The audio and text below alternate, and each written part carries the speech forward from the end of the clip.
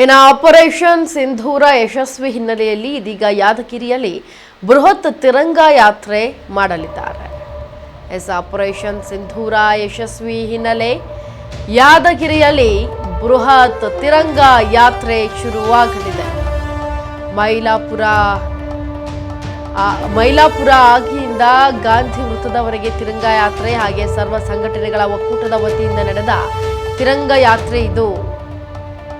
Operation ಸಿಂಧೂರ ಯಶಸ್ವಿ ಹಿನ್ನೆಲೆಯಲ್ಲಿ ಇದೀಗ ಯಾದಗಿರಿಯಲ್ಲಿ ಬೃಹತ್ ತಿರಂಗ ಯಾತ್ರೆಯನ್ನ ಹಮ್ಮಿಕೊಳ್ಳಲಾಗಿದೆ.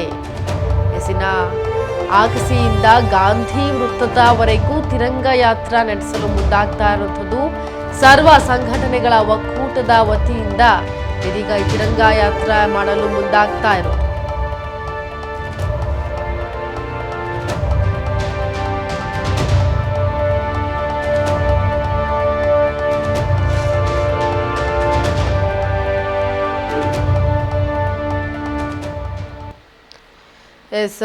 ಆಪರೇಷನ್ ಸಿಂಧೂರ ಯಶಸ್ವಿ ಬೆನ್ನಲ್ಲೇ ಇದೀಗ ಯಾದಗಿರಿಯಲ್ಲಿ ಬೃಹತ್ ತಿರಂಗ ಯಾತ್ರೆ ಸಜ್ಜಾಗಿದೆ.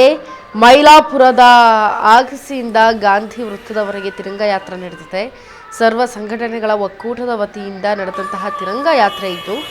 ರಾಷ್ಟ್ರೀಯ ಭದ್ರತೆಗಾಗಿ ನಾಗರಿಕರು ಎಂಬ ಧ್ಯೇಯ ವಾಕ್ಯದಡಿ ಇದೀಗ ನಡೀತಾ ಇರುವಂತಹ ತಿರಂಗ ಯಾತ್ರೆ ದಾಸವಾಳ ಮಠದ ವೀರೇಶ್ವರ ಸ್ವಾಮೀಜಿಗಳಿಂದ ತಿರಂಗ ಯಾತ್ರೆಗೆ ಚಾಲನೆ ಕೂಡ ಸಿಕ್ಕಿದೆ.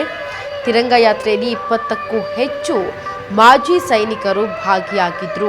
ಮೆರವಣಿಗೆಯಲ್ಲಿ ರಾರಾಜಿಸಿದೆ ರಾಷ್ಟ್ರಧ್ವಜ.